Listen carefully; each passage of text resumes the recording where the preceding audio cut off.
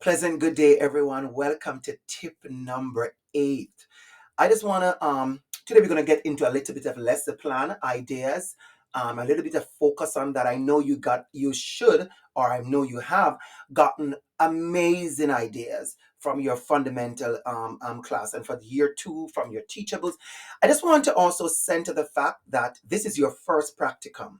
So I want you to realize that this is all about learning and growing and observing and adding to your toolbox. This is what it's about. This is not about a display of all the things that you can do, but also a treasure hunt of all the things you can gather to use really. And so I want to talk a little bit for tip number 8 on lesson planning. And in lesson planning, there's something I always ask myself, what am I teaching? Always. How will I teach? How will I know the students understand? But more than anything else, I want us to focus on who am I teaching? So, in the lesson plan idea, that is a big one for me. Who am I teaching? And that brings me, of course, to tip number 8. Who am I teaching? And as we think about planning your lesson, I want you to be very conscious of the students in front of you. Very conscious of not just the curriculum, the topic, the subtopic, the ideas, but who am I teaching? How will I teach this? Who are the students in front of me? I remember a simple example.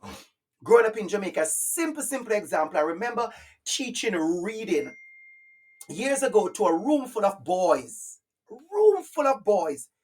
and it clicked weeks into teaching that the stories I'm using were not about the interest of the students. The storybooks I was using were the storybooks that I got to use, the storybooks I were told to use, the storybooks that were recommended to use as a very, very young teacher at that time. And I was just in my class one day, and I remember this is a reading lab with boys. I think I had maybe one girl in the class. It was a room full of boys. And they were interested in sports and cars. A lot of my students were interested in cars and trucks and tractors. But we were doing Cinderella and Rapunzel, and we were doing fairy tales, and we were doing stories that they could not relate to. And I remember trying to get books and gather books, using my own money to purchase books, because now I understood that I have boys in front of me who are interested in cars, and I want them to read. So I started with their interest. And that may be one example, but what I really want to focus on is the picture in front of us. And to understand that you're going to be in a class equity, where the students are at different spaces, different places, different range, different experiences. And I'm seeing that many of you are getting that already. I think a lot of you, I have spoken to a few students already who were this year and last year, who said to me, I was surprised the range. There is a range. And we have prepared you, or we are preparing you, and I hope you're preparing yourself for the range. How do we teach all students? And so I love this slide. I've used this slide a million times. I'm sure you're going to see me use it again, where we're looking at this example of an assessment and evaluation. And we are seeing a test being given to all the students at the same style, same format. But we have students with different experiences, different abilities, different learning styles, different capabilities, different interests.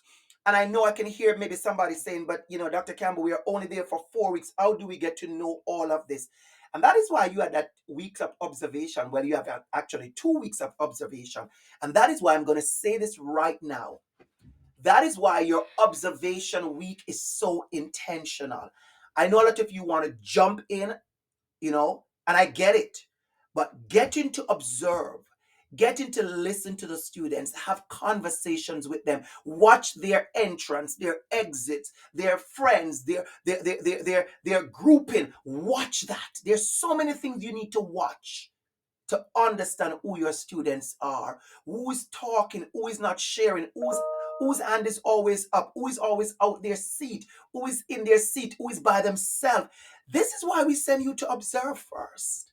You get to know a lot, and then you get to build that level of trust.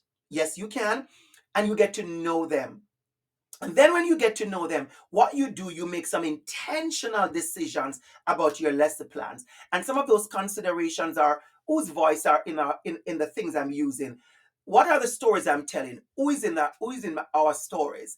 Whose perspectives are being heard, the visuals you're using, the videos, and the books. And so I want you to think about it. And as you think about your lesson plan, this is just a format I've used before.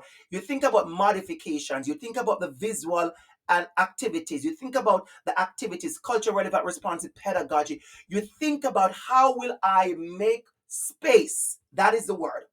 How will I create and make space for all my students who are listening, who are engaging in this work?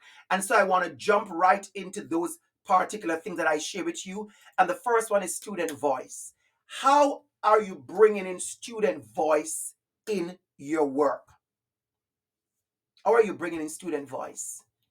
There are many ways to do that. And no, I'm not sharing ideas. We love to say, tell me 5 ideas.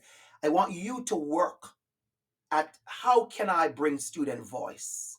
How can I ensure student voice? I remember as a young teacher, I always say that because I've learned so much over the years. And I hope you understand that OISE is giving you what I call introductory tools.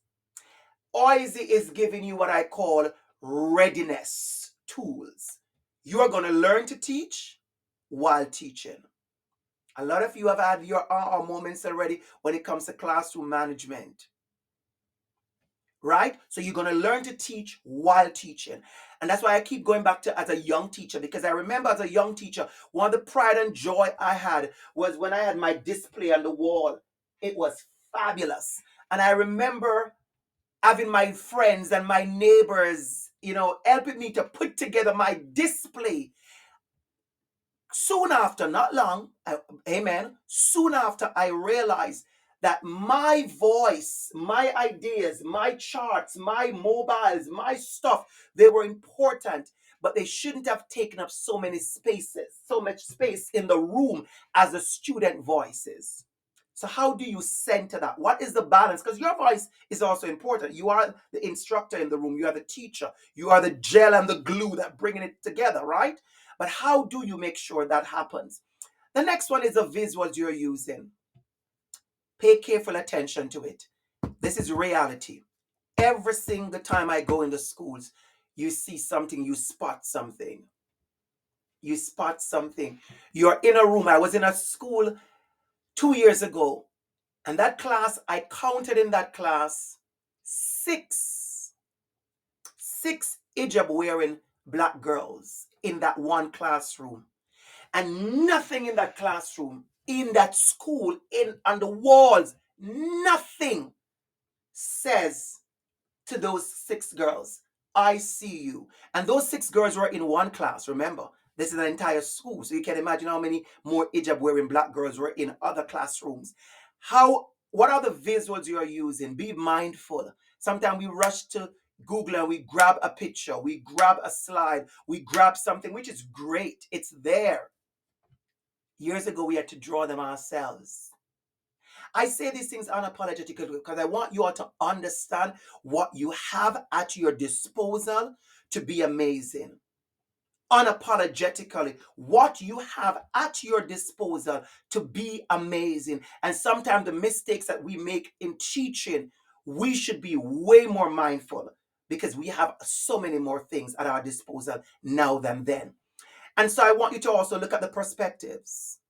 You notice if you have done courses lately with me, how much intentionality have gone into the readings, whose voice are being heard in your courses. I used to do an assignment, an executive book summary. You get to choose a book. You're still choosing the book if you do that course with me. But now we're looking at Black and Indigenous and authors that are identify as people of colors and Indigenous authors, Latina gender authors with certain abilities and different big kinds of abilities, voices that are not normally seen in your everyday academic journal. Whose voices and perspectives are being seen? And the last one is the videos you're showing. A lot of you, I know I'm going to be showing video clips. I hope you're taking time to look at the video. What is in the video? Who is in the video? What voices are in the video? And no, every video cannot be of all the voices. No. But what I want to talk about is if you're having a suite of videos, or over the 6 weeks you're there, 5 weeks, or how many other weeks you are there, what have you been showing? What have you been showing? Can your students say that I saw themselves in the work that you are sharing with them? So I just want you to be mindful as you plan your lessons to think about who is in front of you, who are my students, and what do they need from me. So that's tip number 8. We're going to be very mindful. One size does not fit all, and our students need to see themselves in what we're doing. All right, have a wonderful day.